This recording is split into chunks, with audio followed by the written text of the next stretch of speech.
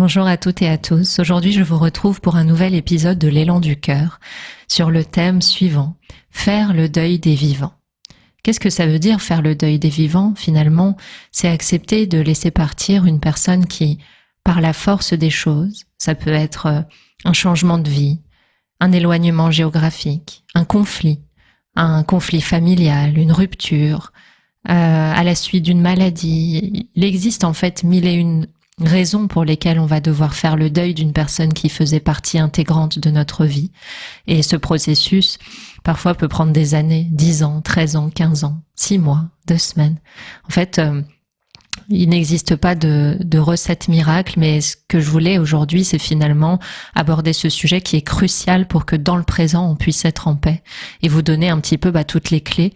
Et à nouveau, toujours de manière intuitive. Là, j'ai juste allumé mon micro, j'avais ce thème qui trottait dans ma tête depuis longtemps. Et en fait, on va simplement laisser venir tout ce qui a besoin d'être dit pour que peut-être, quelque part, ça puisse apporter un petit peu d'apaisement ou une nouvelle perspective plus lumineuse à une personne qui en aura besoin. Bienvenue dans l'Élan du cœur, le podcast spirituel qui a les pieds sur terre et la tête dans les étoiles.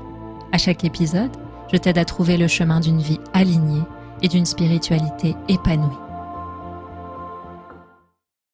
La première chose que j'ai remarquée au fil de mon chemin, au fil des différentes rencontres, c'est que le degré de souffrance qu'on peut ressentir lorsque quelqu'un sort de notre vie alors qu'on ne l'a pas décidé, va être proportionnel au degré d'attachement et d'attente qu'on avait vis-à-vis de cette personne. Et à quoi on peut le mesurer? Finalement, quand une personne sort de notre vie et qu'on se sent impuissant face à cet événement-là et face au vide que ça crée, on peut se demander, comme premier pas vers plus d'apaisement intérieur, qu'est-ce que j'avais délégué à cette personne comme responsabilité qui m'incombe? Est-ce que, par exemple, j'attendais de cette personne qu'elle me donne un certain degré d'amour, de reconnaissance, de validation, qu'elle me fasse ressentir une chose précise, une émotion que j'ai du mal à stimuler de moi à moi-même? Qu'est-ce qu'elle apportait? Qu'est-ce qu'elle me faisait ressentir? Quelle image de moi-même elle créait? Qu'est-ce qu'elle me donnait au quotidien que maintenant je vais devoir apprendre à me donner à moi-même? Donc ça va être le premier point de discernement qui va nous permettre de nous dire, laisser partir cette personne, c'est aussi reprendre la responsabilité d'une partie que finalement elle prenait en charge au quotidien, que ce soit énergétiquement, émotionnellement, psychologiquement. Donc c'est ça qui va permettre de remplir le vide. Il va pas s'agir de mettre une autre personne à sa place, il va pas s'agir de vouloir à tout prix retenir ce qui peut-être est déjà en train de se déliter. Il va falloir se demander qu'est-ce qu'elle m'a permis de ressentir et d'apprendre qu'on pouvait expérimenter dans ce monde, et peut-être que maintenant c'est une étape pour moi qui s'ouvre, dans laquelle je vais devoir être autonome dans le fait de trouver ça en moi-même, par moi-même et pour moi-même. Et l'autre aspect aussi qui peut vous donner du discernement si vous souffrez finalement de l'absence d'une personne qui fait toujours partie de ce monde, c'est de vous dire... en tout cas, moi, c'est quelque chose qui, à l'époque, m'avait beaucoup frappé, qui m'avait beaucoup aidé, c'est de se dire que souvent, quand on a du mal à passer à autre chose, après une rupture affective, après la fin d'une relation, après la fin d'une amitié, c'est, en tout cas, quand c'est basé sur un conflit, ce qui complique les choses, c'est de ne pas reconnaître notre part de responsabilité. Souvent, quand on veut faire un processus de pardon, non seulement on a une forme de résistance parce qu'on a l'impression qu'il y a eu une injustice, on est encore dans une posture et un rôle de victime, mais en plus, le fait de ne pas ressentir et reconnaître notre propre part de responsabilité, sans que ça soit de l'accablement, sans que ça soit négatif, mais juste se dire, probablement j'ai aussi une part de responsabilité dans la manière dont les choses se sont passées. Il y a des causes karmiques des deux côtés qui font qu'au final, cette relation, elle dure pas pour toujours, elle a duré un temps, et c'est peut-être très bien comme ça.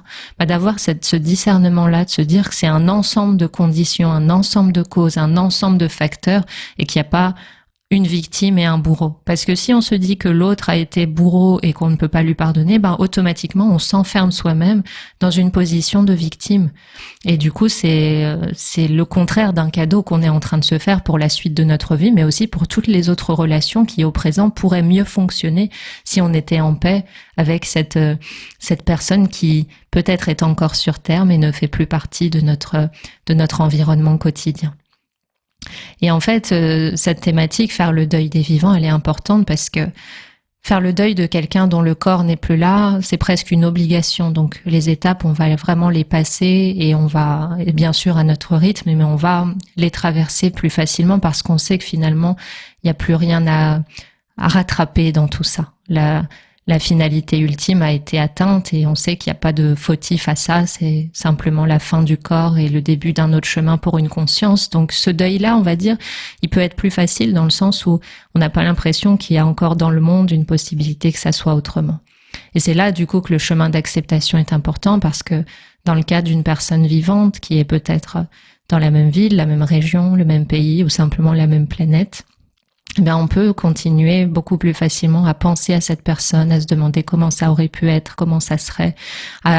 Aussi, dans le cas d'un conflit, à générer encore de l'amertume, de la rancœur, se demander où en est la personne, se demander si elle est plus heureuse que soi. Tous ces états d'esprit qui nous enferment, en fait. Et donc, à ces moments-là, c'est vraiment important d'utiliser différents types de sagesse et de méditer sur des choses très précises que sont par exemple le principe de l'impermanence.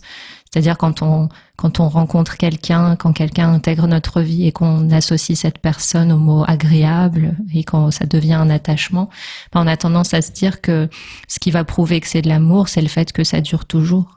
Et en fait, ce qui va prouver que c'est de l'amour, c'est que dans cet instant, son bonheur et le nôtre sont tout aussi importants, voire même le bonheur de cette personne est encore plus important que le nôtre, mais en ayant au fond de nous la conscience que ça peut cesser à tout instant, parce que la nature même de cette existence est impermanence. Et de le savoir à l'avance, c'est très important. L'autre aspect aussi, c'est que c'est très, très, très crucial de savoir faire la différence entre la dimension de l'amour, qui laisse chacun et chacune libre de son chemin, et la dimension de l'attachement. L'attachement à la personne, le fait de ressentir que cette personne, elle nous appartient, elle nous doit quelque chose. Tous ces états d'esprit, finalement, qui sont très enfermants pour notre psychisme et qui peuvent nous rendre aussi très peu autonomes dans notre émotionnel. Donc, pour faire le deuil d'une personne qui est encore de ce monde, on a toutes ces étapes. Quelle est ma part de responsabilité dans cette fin? Est-ce que j'en ai une? Parce que parfois, c'est vraiment juste les circonstances de la vie qui imposent ça. Et dans ce cas-là, c'est se dire, peut-être que cette personne, elle devait être sur mon chemin pendant ce temps-là. Peut-être qu'on a appris l'une de l'autre ou l'un de l'autre exactement ce qu'on devait apprendre. Et les causes karmiques en présence font que quelque chose de nouveau s'ouvre, un nouveau cycle pour lui, pour elle, ainsi que pour moi. Et simplement, dans ce nouveau cycle qui s'ouvre, on fera pas partie de nos vies respectives. Et j'accepte cette possibilité-là. Peut-être que je ne l'avais pas envisagée, mais c'est ouvert pour moi peut-être de l'intégrer. Et c'est important aussi, le deuxième aspect qui m'a beaucoup frappé au fil du temps, au fil des séances qu'on a faites ensemble, au fil de mon parcours aussi, c'est que c'est très important de ne pas avoir pour but de ne rien ressentir quand on pense à la personne. Ça peut être normal pendant un temps donné, de continuer à avoir du chagrin, de continuer à avoir un petit peu de nostalgie.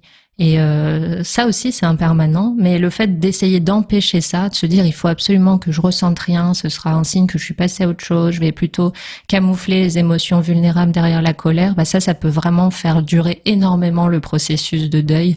C'est-à-dire qu'on va se mettre dans une illusion d'indifférence alors que dans le fond on est encore bloqué émotionnellement dans cet espace relationnel qui pourtant est révolu sur le plan concret. Pourtant on va continuer à y vivre et ça peut durer des fois 10 ans, 15 ans, 20 ans. Donc ça c'est très important de savoir qu'une séparation physique, géographique, le fait de ne plus se parler, ça veut pas forcément dire être passé à autre chose. Il y a aussi toute l'étape d'après, et c'est justement celle du deuil, où on va devoir développer plus de recul, plus de nuances dans les émotions, plus de nuances dans le discours qu'on porte sur cette fin qui s'est imposée à nous. Tout d'un coup, on va pouvoir penser à cette personne peut-être de manière joyeuse, peut-être de manière indifférente, puis ne plus du tout y penser parce que par la force des choses, d'autres choses vont entrer dans notre vie. Mais de ne surtout pas essayer de figer, empêcher, se voiler la face sur les émotions qu'on ressent. Au contraire, les laisser très vives, très naturelles, très spontanées, sans les bloquer, c'est très important. Et je vous le partageais dans la récente vidéo sur la libération émotionnelle. L'émotion est un mouvement. Donc quand on l'empêche, quand on le recouvre par des rôles, des faux semblants, des ruses comme ça pour éviter de trop ressentir de manière authentique, on vient créer des blocages dans notre énergie. En fait, ça nous garde bloqués avec cette personne, ça nous garde bloqués avec la frustration de cette situation, la tristesse, la colère qui peuvent y être attachées. C'est important d'être vraiment lucide sur ce qu'on ressent, mais aussi d'être proactive ou proactif pour dépasser ces états émotionnels parce que du coup, l'autre pendant du processus de deuil, et ça peut être même un signe pour vous que ça a avancé, c'est de se dire est-ce que je continue à plaquer, à dupliquer les émotions que j'ai ressenties dans cette rupture, dans mes nouvelles relations, dans mes nouvelles situations de vie, dans les nouvelles sphères relationnelles que je vis au quotidien. Est-ce que je continue à avoir des schémas qui reviennent, qui correspondent exactement à ce deuil qui est en cours ou que j'ai eu besoin de faire au cours de ma vie? De vraiment se demander ça. Est-ce que je suis encore dans une roue émotionnelle que finalement j'apporte dans toutes mes autres relations? Ça va être un signe que c'est bien de faire un travail intérieur, parce que juste être loin de la personne, comme je vous disais, c'est pas suffisant. Il y a tout ce qu'il y a après, tout ce qu'on devient, en fait, en n'ayant plus cette personne avec soi. Il y a tellement de prises de conscience possibles. Il y a tellement aussi de choses qu'on découvre avec plus de lucidité. Et il s'agit pas de juger l'un et l'autre, mais c'est vraiment un cadeau qu'on se fait d'être vraiment dans le relâchement. Parce que c'est véritablement dans ce relâchement intérieur qu'on va pouvoir se rendre compte que le deuil qu'on est en train d'essayer de faire, il a beaucoup moins à voir avec la personne qu'on vient de laisser partir qu'avec nous-mêmes. Effectivement, comme là on parle de quelqu'un qui a été perdu, quelqu'un qui continue sa vie sans nous, ou un groupe de personnes aussi. Ça peut arriver d'être mis à l'écart par exemple d'un groupe familial ou amical, donc tout d'un coup c'est beaucoup de deuil à faire à la fois. Et en fait, ce qui vraiment là est à prendre en compte, c'est que ça a à voir avec nous dans le sens où le vrai deuil qu'on est en train de faire à ce moment-là, c'est bien sûr le deuil de la personne, mais c'est aussi le deuil de toutes les attentes qu'on avait, de tous les espoirs qu'on avait placés dans cette relation. Et le vrai cap qui se passe, c'est quand tout d'un coup, on referme cet ensemble d'espoir, cet ensemble d'énergie qui a été investi dans une personne, un groupe de personnes, en se disant que c'était la solution, que c'était là qu'on allait trouver tellement de bonheur et qu'en fait ça ne se passe pas comme on l'envisageait. Donc pour vous donner une image toute simple, il faut s'imaginer que quand on entre dans une relation, quand on a des liens affectifs même très très importants pour nous, eh bien c'est comme si on ouvrait une bulle d'énergie. Dans cette bulle d'énergie, on va mettre beaucoup d'espoir, beaucoup d'amour, on va faire beaucoup d'efforts pour que ça fonctionne, on va parfois s'oublier, aller dans le sacrifice, se positionner d'une manière qui nous fait souffrir, ou bien donner beaucoup de sincérité, beaucoup d'authenticité, le meilleur de ce qu'on est. Quoi qu'il arrive, on va mettre énormément d'énergie dans cet espace.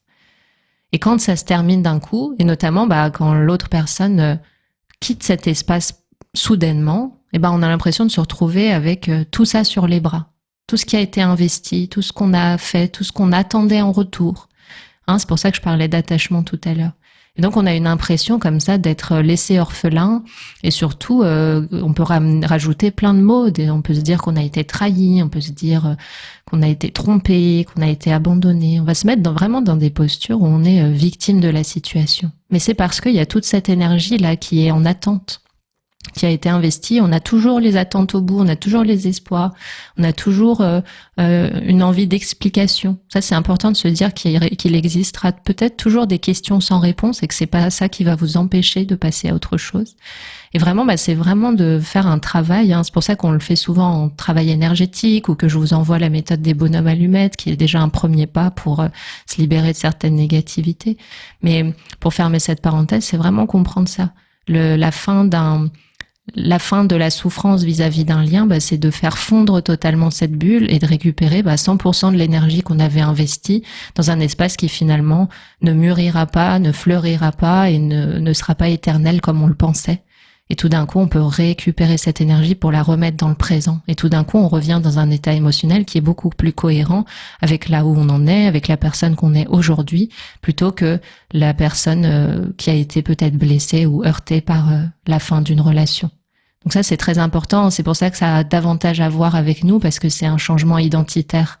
C'est se sortir de la posture d'accablement, la posture de victime, toutes les émotions qui vont avec, et se dire, c'est vraiment se dire, les attentes que j'avais, en fait, elles seront pas remplies comme je le pensais, et je vais devoir l'accepter si j'ai envie d'être en paix, d'être heureux et heureuse dans la suite de cette existence, parce que la fin de cette relation, elle fait probablement de la place pour plein d'autres choses. Et pour les vivre correctement, j'ai besoin de trouver la paix intérieure. Et ça, c'est ma responsabilité de le trouver. Et c'est pas l'autre personne qui va me le donner. C'est pas non plus ce groupe de personnes que je perds qui va me le donner. C'est une nouvelle étape sur mon chemin. Et ce qui est très marquant, qui est intéressant de retenir, c'est que oui, entre la naissance du corps et la mort de ce corps, on a l'impression que c'est une seule vie, mais en fait, on aura plein de vies dans cette vie. On aura plein de rencontres, on aura plein de phases, on sera 1001 facettes du potentiel qui existe en nous. Et donc, laisser traverser une multiplicité d'expériences, une multiplicité de relations, de liens, de groupes,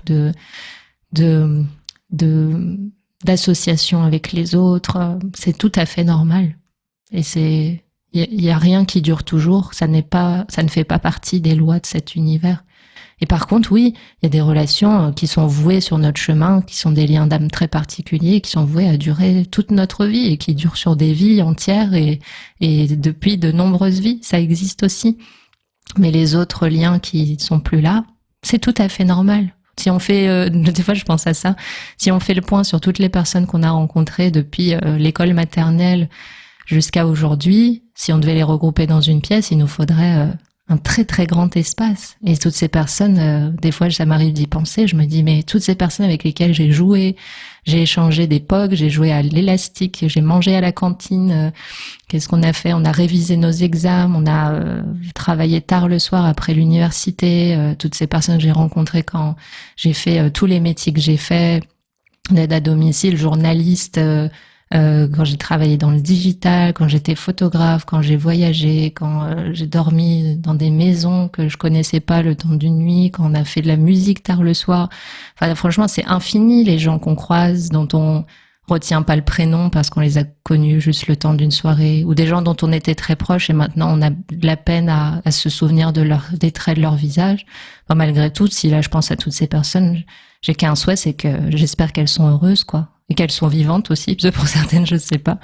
Mais à part souhaiter ça, à part me dire, j'espère qu'elles sont heureuses, et c'était vachement cool de se rencontrer, peu importe le temps que ça a duré, y a rien d'autre à se dire, en fait. Et notre chemin, il est autonome vis-à-vis des autres. De manière ultime, on est une seule conscience. Donc, vraiment, ce qui est marquant et ce qui est très important, c'est de se dire que faire le deuil d'une personne, ça veut pas dire cesser de l'aimer. Je vois souvent des personnes qui se font très très mal au cœur en essayant de ne plus aimer quelqu'un, alors qu'aimer, c'est notre nature fondamentale. Faut se dire, je vais devoir lâcher peut-être l'attachement que j'ai vis-à-vis de cette personne, les attentes que j'avais envers elle, les peurs que j'ai tendance à générer maintenant que il y a eu ce deuil à faire.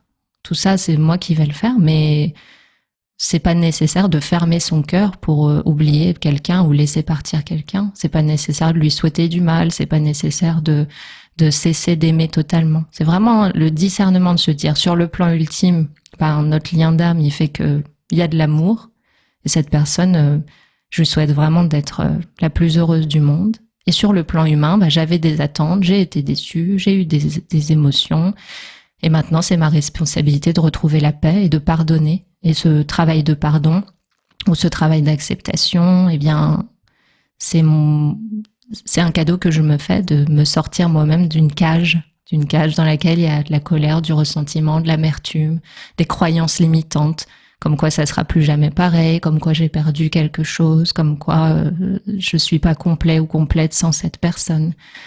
Tout ce qu'on peut se dire et rajouter, se dire qu'on a une blessure de trahison, d'abandon. C'est intéressant d'utiliser ces mots pour comprendre ce qu'on ressent au présent, mais en faire une identité durable, c'est ça qui va devenir dangereux.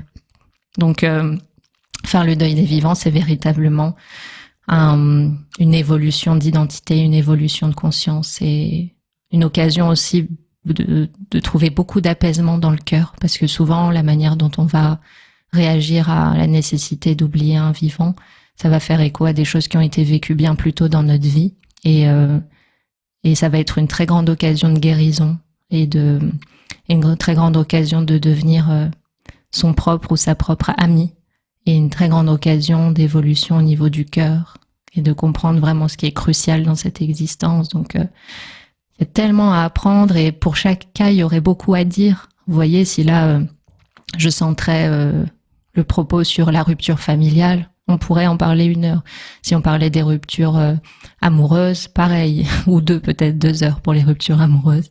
Si on parlait du fait d'être éloigné géographiquement de quelqu'un et de s'oublier progressivement alors qu'on était indispensable l'un à l'autre auparavant, là aussi on pourrait en parler 1 heure. Donc le but c'est de vous donner des clés toutes simples et après d'adapter. On peut même en parler ensemble par mail, en commentaire, en séance pour les personnes avec qui on travaille déjà sur ces sujets, mais voilà, il faut aussi prendre ici ce qui va vous parler, ce qui va peut-être vous faire avancer même d'1 millimètre. Mais voilà, il faut vous dire le but de cette existence humaine, c'est de trouver la paix.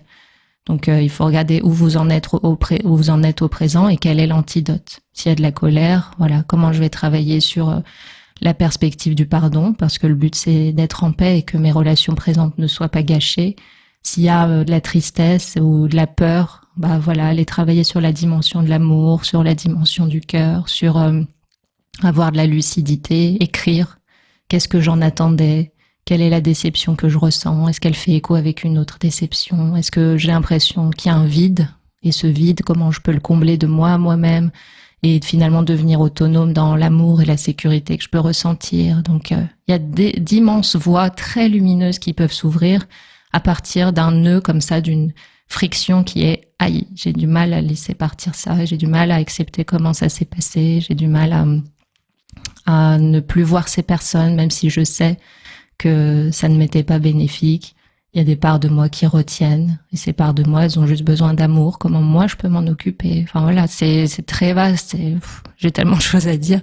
Mais je tiens à faire de ce podcast quelque chose de concis, de clair et direct, et voilà, de vous laisser juste avec ces petites clés. Et n'hésitez pas en commentaire à partager vos ressentis, à me dire s'il y a certains points qui peut-être ont pu vous éclairer, et aussi vous à partager en commentaire des prises de conscience, des méthodes, des choses qui vous ont permis de vraiment pacifier cet aspect relationnel et trouver de la paix vis-à-vis d'une personne que vous aimez ou que vous aimiez beaucoup et qui a été obligée de sortir de votre existence, voir voilà qu'est-ce qui vous a aidé, qu'est-ce qui vous a apaisé, parce que ça peut aider d'autres personnes qui passeront par ici et puis qui écouteront tout ça et qui liront tout ça. Donc voilà, c'était un plaisir de vous retrouver ce matin sous un ciel pluvieux mais radieux. J'aime bien dire ces 2 mots ensemble. Et voilà, je m'engage aujourd'hui dans une nouvelle journée avec des soins, de la méditation, une semaine bien remplie, plein de nouvelles annonces, je prépare un nouveau film et puis on a un rituel Potala qui se prépare ce mois-ci à nouveau. Donc il n'y a que du bon et ce qui est essentiel, c'est que dans cet instant, tout est complet, tout est parfait et tout est amour. Prenez soin de vous.